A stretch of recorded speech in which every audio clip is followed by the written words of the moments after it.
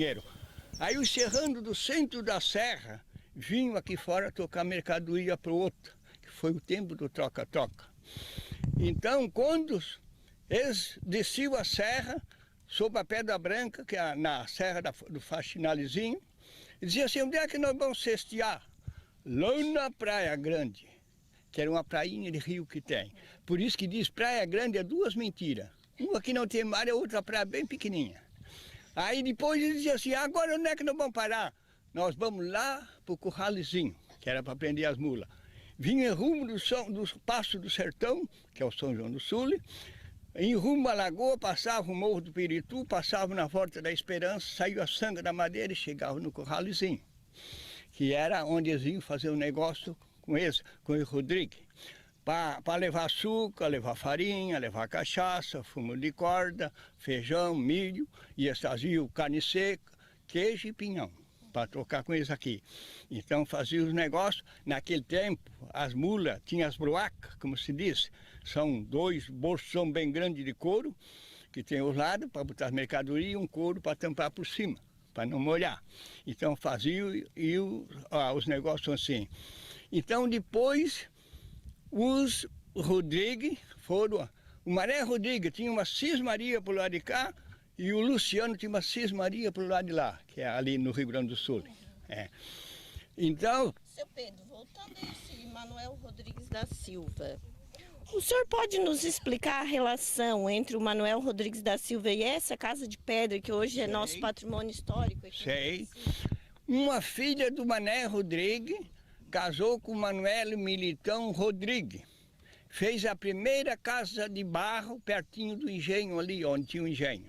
Em 1830, eles seu fizeram Pedro, aqui, gostaria que o senhor falasse mais para nós quanto a esta casa aqui, que olhando essa obra com pedras, a gente percebe que é uma construção escravista, né? Semelhante àqueles muros quando a gente vai a Caxias do Sul. Mas pensando que o seu Manuel Rodrigues da Silva tinha 80 escravos, havia mais construções além dessa casa aqui? Tinha. A primeira construção que houve foi aqui em Corralinho, que o Corralinho se deu assim, por causa desse corral, é que passou para nome de Conralinho, não é Corralinho, é Conralinho. Ali casou uma filha de Mané Rodrigues com um moço que veio de Palmares. Trouxe 30 novilhas e criou lá as novilhas na tapera. Então, um dia ele pegou os escravos e saiu pelos campos afora, bem onde é a estrada que entra ali. Eles passaram pelo lado da serra e se encontraram com uma mata muito linda. Aí o que é que se lembraram? Fizeram uma grande roça para plantar algodão, para fazer roupa, que naquele tempo era tecido, né? E os escravos já foram aproveitando a madeira para fazer uma grande casa, que é onde eu chamo da escola, ali. E fizeram um estaleiro e tinha naquele tempo a Serra Braçale, que é uma serra bem grande, que tem um cabo grande assim que se chama cabrita. E o outro embaixo, aí botava a madeira em cima e dois que serravam a madeira para fazer a casa. Tábua com 25, com 30 centímetros de largura e 40 centímetros de largura. E os outros escravos carregando pedra do Morro do Banhado para fazer a casa. Esta casa foi feita, como diz, um ano certinho para fazer a casa. O dia que ela teve feita, Antônio Gomes veio morar na casa. Lá, como ficou sem ninguém, ficou em Tapera. Aí por isso que até hoje tem o nome Tapera. Ficou em Tapera. Mas, seu Pedro, pensando nessa casa aqui, ela vai habitar no máximo de 5 a 6 pessoas, que seriam os componentes da família do Manuel Rodrigues. Esses escravos, eles ficariam aonde aqui nessas mediações? Os escravos, eles ficavam, conforme as casas, eles ficavam ali. Nesta casa de Corralinho, a grande casa, tinha, eu tenho um mapa dela, eu em pequeno eu parava na casa. Ela tem 3 salas de frente e, como diz, um grande quarto que era de visita, um quarto do casal e o outro corredor, e o lado daqui era o quarto da filha do senhor, a metade da filha do senhor e da metade era das escravas.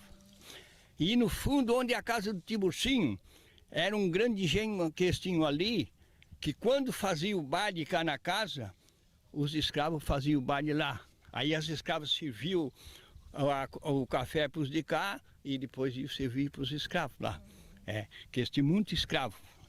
Então eles é que faziam tudo esse serviço por aqui. O livro do nosso amigo Lopes fala sobre o Manuel Ribeiro de Araújo. O senhor sabe nos contar alguma coisa sobre ele? Esses são das famílias, né? Porque tem muita gente para pegar tudo na ideia dessa gente. Eu sei do Luciano e tudo assim, porque sobre a torre. Foi a filha do Mané Luciano, que tinha 15, do Luciano Rodrigues, que tinha 15 anos e casou com um moço de 30 anos, que é de família Porto, que fez a primeira casa de moradia de torre, foi este. Depois é que foi nascendo as outras nações, que por isso que esse de lá ainda é filho, é Rodrigues também. Que essa família Rodrigues é muito grande. Sim. É para saber tudo, não. Essas aqui eu sei bem direitinho. Porque esse aqui, meu bisavô teve 10 famílias. Seu Pedro, o senhor disse que é descendente do Manuel Rodrigues da Silva, né? Como que era o nome do seu avô primeiro e depois do bisavô? Primeiro o avô era o tataravô, Mané Rodrigues primeiro. Segundo avô, Manuel Militão Rodrigues, que é o dono da casa aqui, ó. Porque eu tenho uma descendência do Portugal e tenho uma descendência de Pinho. Que Pinho também foi 3 irmãos que veio de Portugal e aportaram em Lagunas. Ficou um na Lagunas, um na Vila Conceição e outro no Sul. Que o Moreira Pinho lá é meu primo aqui também. E os outros Pinho de Torre. Então, naquela época, que foi, por isso que eu tenho, de um lado é Pinho e do outro lado é Rodrigues. Que é o que fez esta casa que está aqui, né? Então, por isso que tem todas essas coisas assim. Então, quando Mané Rodrigues, esse Mané Rodrigues, teve um filho que se chamava Juca Rodrigues, quem fez a estiva do Juca Rodrigues, aqui, que tinha o campo e a invernada. Invernada era a estrada que vai para o Sombrio, onde tem os colares ali. Então o Juca Rodrigues fez uma estiva para passar do campo para a invernada. Que são, ali na época, depois de feita, veio a Anita Galibardi do Rio Grande do Sul, que trouxe um canhão em cima de 2 rodas, puxada por boi, e uma canoa e um cavalinho branco e preto, que por isso nasceu o cavalo tubiano. E ela fez um acampamento no Capão da Mangueira, que é na invernada ali, quem nos colares. E por o marido dela se chamava Tobias, e o cavalinho branco e preto ficou Tobianos. Aí por isso que todo cavalo branco e preto é Nos conta algum tobiano. tipo de história misteriosa que engloba o Morro dos Macacos e a Lagoa do Sombrio? Está aqui, histórias perigosas nunca teve. Só guerras. Guerra dos pica-pau com os maragatas. Que eles, bem aqui, tinha um porão lá naquele cantinho de guardar as coisas em Cília, por causa dos maragatas, dos pica-pau, que maragata eram nós, nossa descendência aqui. Então aqui, quando assim, porque foi assim, porque você sabe que 1835 começou a Guerra da Farroupilha. Então, naquela época, a guerra aguentou 10 anos, que ela só encerrou em 1845. Então, naquela época, deram combate em todo o Rio Grande do Sul, e o último combate que eles deram foi aqui em Lagunas, que por isso tem o Galibardi da novela, né? Que eles deram o último combate para levar as condilhas até Lagunas. Então, quando o Galibardi voltou para trás para o Rio Grande do Sul, a filha do capitão era namorada do Galibardi. Então, a Anita Galibardi se apaixonou-se por o Galibardi e veio dar o combate junto. Quando ele chegou no Rio Grande do Sul, o capitão disse ao Galibardi: nós vamos fazer as pazes, que nós vamos perder a guerra. E esses imprimidos escravos e os índios, se ganhasse a guerra, liberavam esse. Aí, em 1845, foi o dia tratado de paz que fizeram com o republicano, num castelo velho que tem no Rio Grande do Sul.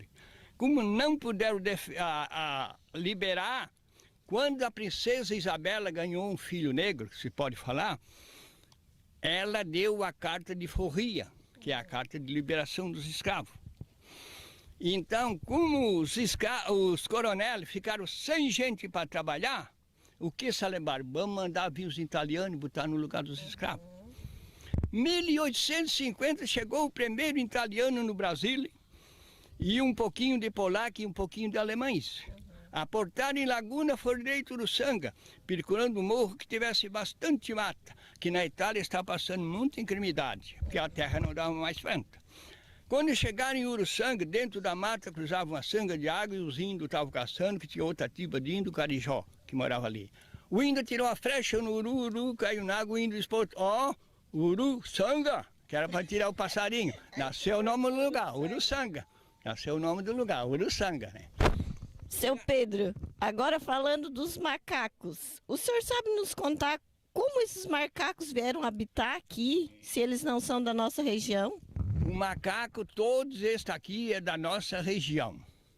Eles moravam deste morro até o Mampituba, existia uma lavagem muito linda, com muito fruto, que eles nem vinham aqui no morro, ficavam lá. Aí, como o povo derrotaram todas as matas para fazer campo, eles passaram para o meu morro e os meus bananários foram tudo embora e lavoura tudo assim, foi tudo embora. Eles comeram? Ele quebra o cacho da banana para madurar e puxa o miolo da bananeira e derrota tudo. Então, aí é que começou, porque de primeiro tinha grande quantia de bicho, de macaco, como eu lembro ainda que a roça de milho, eles comiam tudo nas beiradas. E aí, hoje eles moram aqui, eu tenho 150 macacos, 11 espécies de bicho de pelo, fora a quantia de passarinho. Como que o senhor consegue manter esses macacos a nível de alimentação? A minha custa.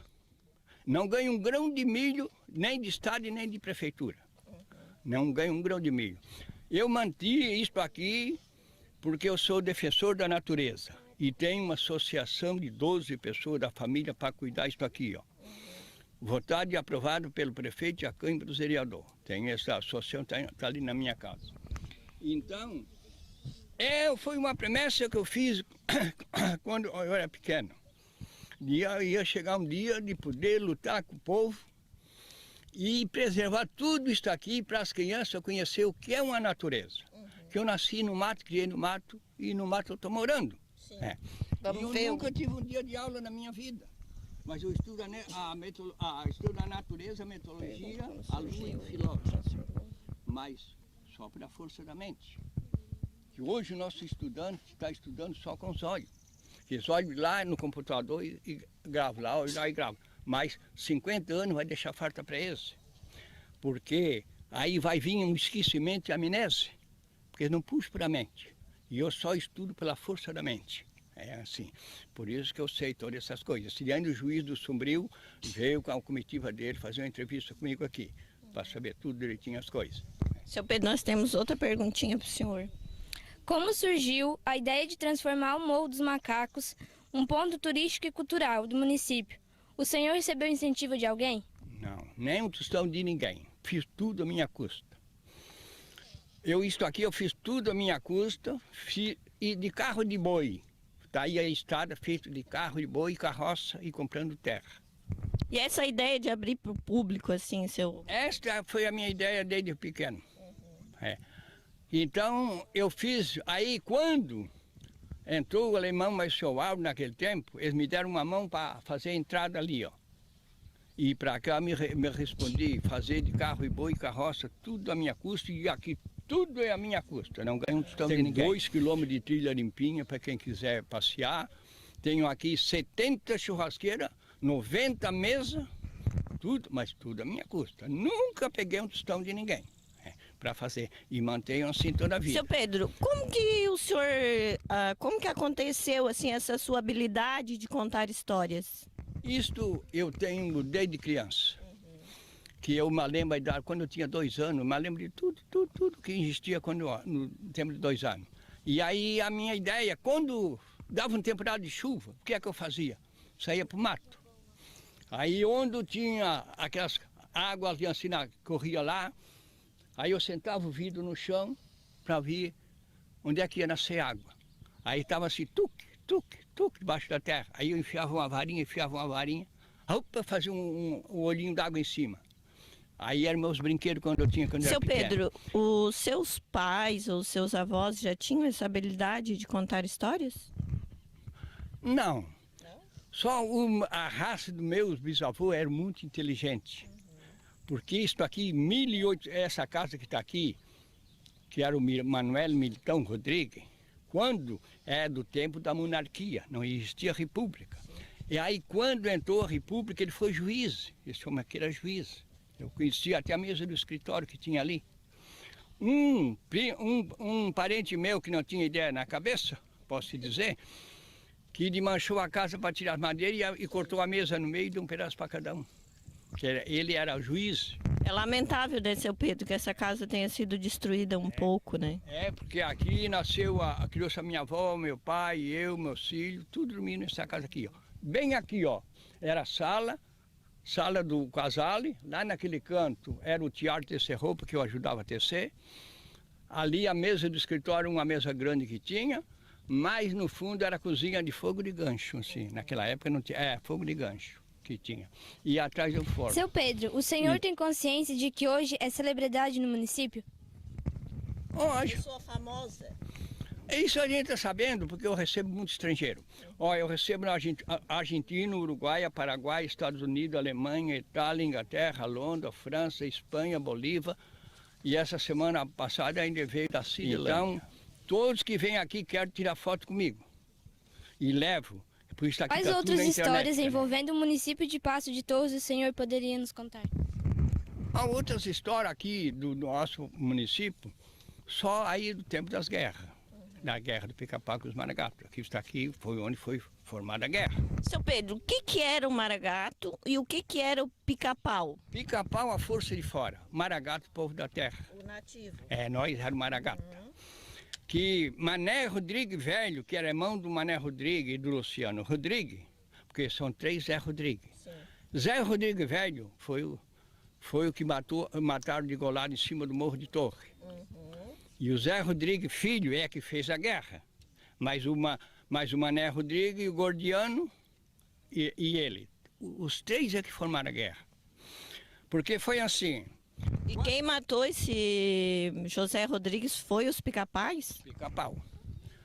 Eles moravam na Pedra Branca, na serra ali. Aí os pica-pau foram lá e botaram o velhinho no laço e arrastaram para a torre. Ora o velhinho caminhando e outra hora eles arrastando. Aí chegaram bem em cima de torre, botaram o velhinho deitar no chão e levaram a espada no pescoço. Diz, conta, velho, a história que tu sabe, senão nós te matemos. Ele disse assim, prefiro morrer do que eu contar. Aí levaram a espada de novo no pescoço dele e disse, conta, velho, a história, porque senão nós te matemos. Eu prefiro morrer do que matar. Aí eles degolaram o velhinho na frente do Sírio, que era o Mané Rodrigues, o Gordiano e o outro irmão dele. Aí os filhos, o Zé Rodrigues ficou assobiando ao redor do pai, de tão bravo que ele era. Foram embora para Pedra Branca, onde eles moravam, foram avisados que os pica-pau iam bater lá. Essa Pedra Branca era na Praia Grande? Da Praia Grande para cima, um pouquinho ali. Então aí o que fez? O Zé Rodrigues pegou o Gordiano e o Mané Rodrigues, os 3, e eles pegaram as armas, a arma de carregar pela boca, que antigamente a xereca, como se tratava, né? É o nome da arma. E carregaram e se esconderam, que antigamente não tinha estrada, uma trilha, e os pica-pau só andavam a cavalo. Então o Zé Rodrigues botou 2 irmãos lá e ficou cá em cima sozinho. Disse para os irmãos, não atire no da frente, atire o último de trás. E ele ficou sozinho cá. Quando a força passou, eles não se sofreram, atiraram. E eles fizeram fogo, a bala cruzou no queixo de um, passou cortando ainda. Quando chegou cá em cima no Zé Rodrigues, o Zé Rodrigues mirou e foi indo. O derradeiro de trás é que ele atirou, era o comandante da força. Aí os irmãos chegaram rindo perto dele, vocês estão rindo ainda com os queixos correndo sangue? Aí nós estamos rindo, que eles pensaram que nós éramos uma grande força, nós temos só 3. Seu Pedro, nós temos aqui o Jaime Silveira, né, Jaime? que é o nosso historiador do município. Eu encerrei as minhas perguntas com a aluna aqui do 9º ano, né? Eu gostaria de saber se o Jaime tem alguma história para perguntar para o senhor. Tudo bom, seu Pedro? Eu bem, você. Eu ainda queria perguntar sobre uma ação, principalmente na questão do escoamento, da produção, né? Sim. O senhor pode nos relatar alguma coisa? Posso. Ó, isso aqui começou quando esse meu bisavô morava aqui. Naquela época não existia o BR-101, não existia estradas nenhuma assim. Então era tudo transporte por canoa, por lancha no Mambu, não era motor. Então as lanchas eram assim, ela tinha o convés atrás e 2 trilhos, de frente a fundo. Então aí, cada um com um mambu bem grandão e um guri lá para dar o leme. Então eles iam na frente, carçava a taquara no fundo e carçava no peito e vinham vindo. Quando esse vinha vindo para trás, o outro ia indo para tornar a botar. Para ir pegar arião e material para levar para Torres, assim. Então eles foram viajando muito tempo assim. E o porto deles era ali, ó. Ali que eles aportavam. E dias de vento forte e vinham pousar aqui na casa da minha bisavó. Que era, a minha bisavó se chamava Gertrude. Gertrude. Então foram viajando muito tempo, tinha muitas lanchas assim. Muita farinha, né? Então essa casa aqui daqui eles enchiam de farinha. Para as lanchas pegar aqui. Então tinha ali torre, um tal Paulo Isopo, parece que era, com o facido Oclide, eles levavam, aí quando já começou um caminhãozinho, levar para Porto Alegre farinha para vender. Então vinham pegar aqui.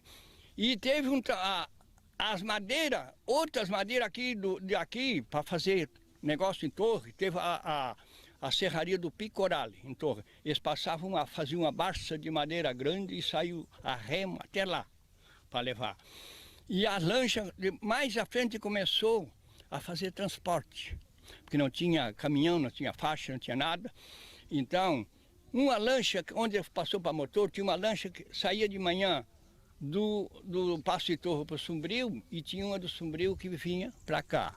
Bem aqui na Barrinha, o meu sogro tinha uma pensãozinha, onde o povo se encontrava ali e almoçava ali para fazer o transporte. E assim foram viajando, aí foram melhorando as lanchas, cada vez mais. A lancha maior, que tinha a lancha do Martinho, que essa foi até motor de avião. Tanto fazia o transporte no povo, como trazia, pegava mercadoria aqui para levar para Torre e para Porto Alegre daqui. Outra pergunta que eu queria fazer para o senhor, seu Pedro, é que nós podemos observar aqui nas suas terras que tem muito café. Plantação de café. O senhor poderia... A gente sabe que o Brasil começou a produzir muito café a partir de 1870. O senhor poderia nos falar alguma coisa se a sua família estava envolvida nessa produção de café? O primeiro cafezal que houve aqui foi o Mané Rodrigues que plantou.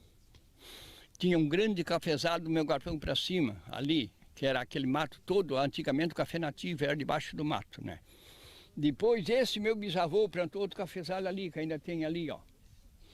E plantou outro cafezal atrás do morro. E esse outro mato que está aqui era da Facida Lofrida, a primeira filha desta casa aqui, fez um ali. E nós tínhamos mais 2 cafezais atrás do morro. Se cuida muito do café antigamente. Nós levava 2 meses. E além do café, o senhor já falou outras produções, mas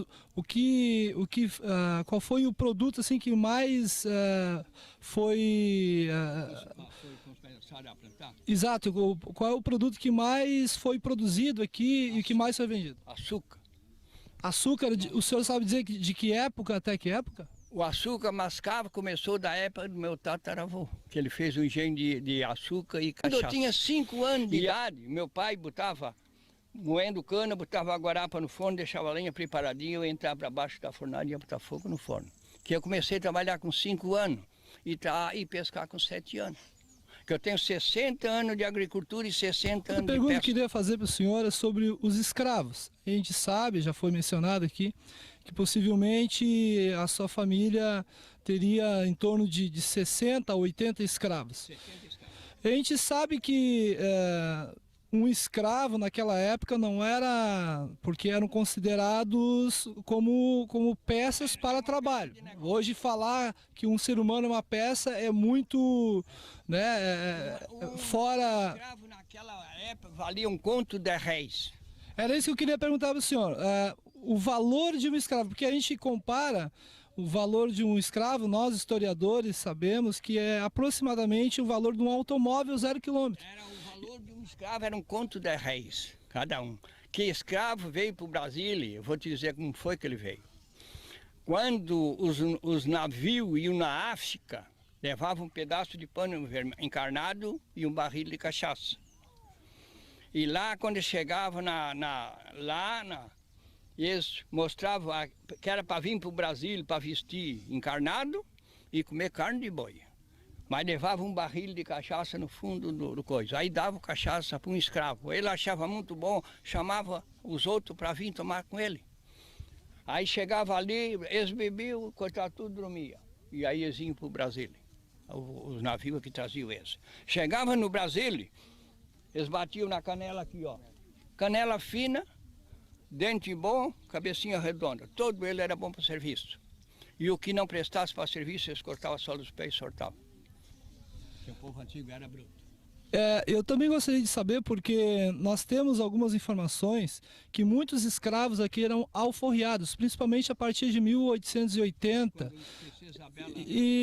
Aí a Princesa Isabel, no caso, foi uma lei para toda a nação. Mas aqui na nossa região, entre Araranguá e Torres, existem vários registros de escravos que foram libertados, alforriados, antes da Lei Áurea. O senhor tem alguma informação sobre por que a sua família já davam essa carta de alforria para eles? Não, os escravos que tinham a parte que as crianças, quando nasciam, davam mais importância nas escravas que nas mães. Porque as escravas é que amamentavam as crianças. E então eles tratavam a mãe preta. É como as crianças tratavam as escravas, a mãe preta. Porque elas que amamentavam os filhos da senhora. Porque elas tinham os filhos delas, mas elas não governavam, porque o senhor é que governava. Que aquilo era como um documento para comprar uma terra, qualquer coisa, era vendido. É assim. Porque o escravo, coitado, foi muito sofrido. Que o Moçambique foi um escravo que foi sofrido muito. Porque toda vez que descia uma carrada de cana que virava o carro, ele apanhava. Então, Moçambique, quando que ele morrer, nem quis casa de ninguém, só foi debaixo de uma figueira, deitou-se e morreu lá. Ali, lá bem em Corralim, o Negro Moçambique, como se trata. Outra pergunta, então, para encerrar minhas perguntas, sobre a questão do tropeirismo. A gente sabe que a nossa região é um caminho que foi pioneiro para, inclusive, a ocupação do Rio Grande do Sul, que foi a busca do gado no Rio Grande do Sul para levar até Sorocaba, numa grande feira para ser vendida no sudeste do Brasil. Eu gostaria de saber sobre essa atividade do tropeirismo. Aqui o senhor tem alguma informação de que passavam aqui por essa casa? Qual era o trajeto que eles faziam? Não, os trajetos que como se nós tratávamos serrano, como diz que é as tropas de mula, né? É como eles vinham de lá da serra, passando pela essa estrada e vindo aqui para pegar os negócios de produto, para levar para a serra, daqui na Perova, que antigamente também pegavam, todo o transporte era só mula, não tinha carro, não tinha nada assim, porque a mula é um bicho de muito talento, né? Era assim. E o transporte muito que tinha aqui, é que vinha muita gente do norte trocar cavalo por boi no Rio Grande do Sul. Porque aqui, como diz, que vinham daqui, porque antigamente a divisa do Rio Grande do Sul não era o Rio Mampituba, era o Rio do Araranguá, que era a divisa até lá do Rio Grande do Sul. Por isso que hoje, quando você vai chover no Rio Grande do Sul, chove para nós, porque ele ficou assim, ó, até naquela defuntura, a Serra é Rio Grande do Sul. A parte do leste é Santa Catarina, por causa que a divisa do Rio de primeiro era lá, não era aqui. Quando o Rio Grande do Sul brigou com Santa Catarina, que perdeu para Santa Catarina, que a divisa veio para aqui, ó. Então, seu Pedro, eu agradeço aí a sua colaboração. Nossa entrevista aqui no Morro dos Macacos, diante dessa casa histórica, que nós vamos levar tudo isso para um momento cívico, dia 26 de setembro, em Passo de Torres, na rua Beira Rio, junto com os alunos, com a nossa diretora da escola. Eu gostaria, para encerrar a nossa entrevista, eu tenho uma curiosidade particular, sendo eu professora, amo literatura negra. Se é possível ter vindo deste morro, sendo que o seu Manuel trouxe 80 escravos e o meu pai é nativo do outro lado da lagoa. Pode, porque da serra, do mar e a serra era a terra dele. Então, eu sei que Rodrigo tem um filho com uma escrava, isso eu sei bem de certeza. Ele teve uma filha com escrava. Então, pode que venha dessa família. Onde não pode se duvidar nada, né? Muito obrigado, seu Pedro. Eu gostaria de convidar a diretora Karine para vir aqui para nós fazer o encerramento dessa entrevista. Vem aqui, Karine, do lado do seu Pedro. E com ela, assim, vamos pedir que o seu Pedro deixe uma lição para essas crianças. Nós estamos aqui com 40 pequenos e 12 adultos, 12 mais velhinhos, né, não adultos, para ver se ele deixa um ensinamento para esses alunos. E a professora Karine também vai falar alguma coisa do seu Pedro. É a criança só que eu tenho dó, porque eu trabalho com a terceira idade, com a juventude e as crianças.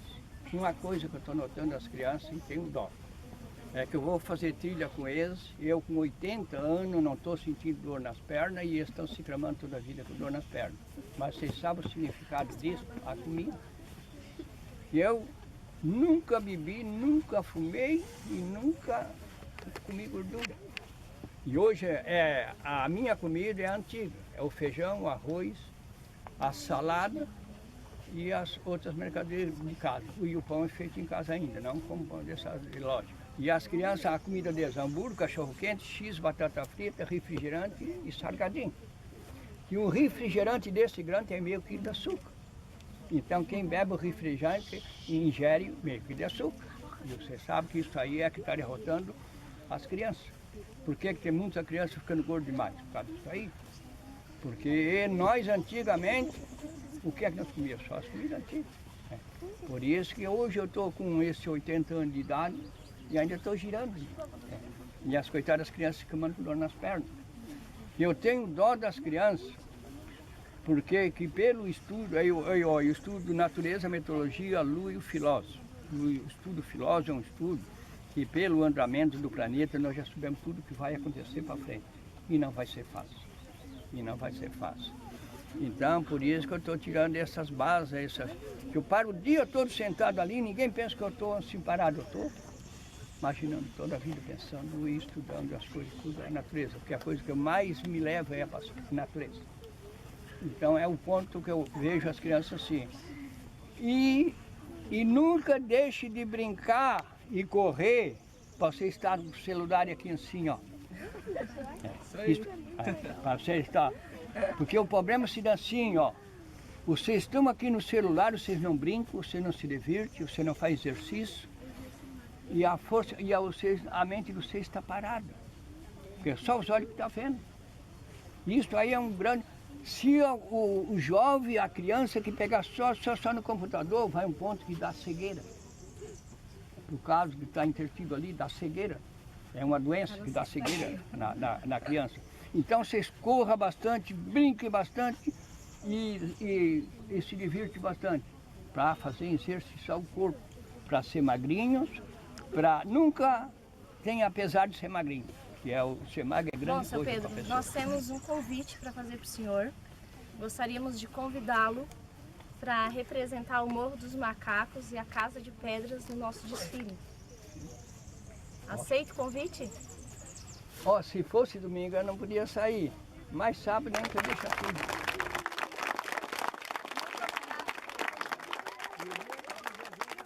Eu gostaria de, nesse momento, agradecer juntamente com a diretora aqui a colaboração do Jornal Norte Sul, que foi fundamental para essa nossa entrevista aqui no Morro dos Macacos, né? Um lugar histórico do nosso município, e essa participação voluntária do Jornal Norte Sul. Eu, a professora Karine e os alunos do 9º ano, foi imprescindível para o nosso trabalho. Muito obrigado, então, né?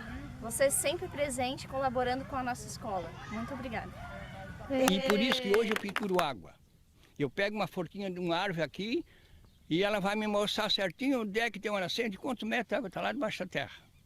Porque quando eu chegar em cima da nascente, ela passa mensagem para a minha perna, vem, puxa o galinho e mostra no meio dos 2 pés. Aí só leva a perna e ele vai, se eu trago ele volta. Viro para cá e vou indo, quando ele se adivanta novamente, ali está a nascente de água, ali pode medir lá até aqui, deu 4 metros lençol de água, pode furar que é água superba.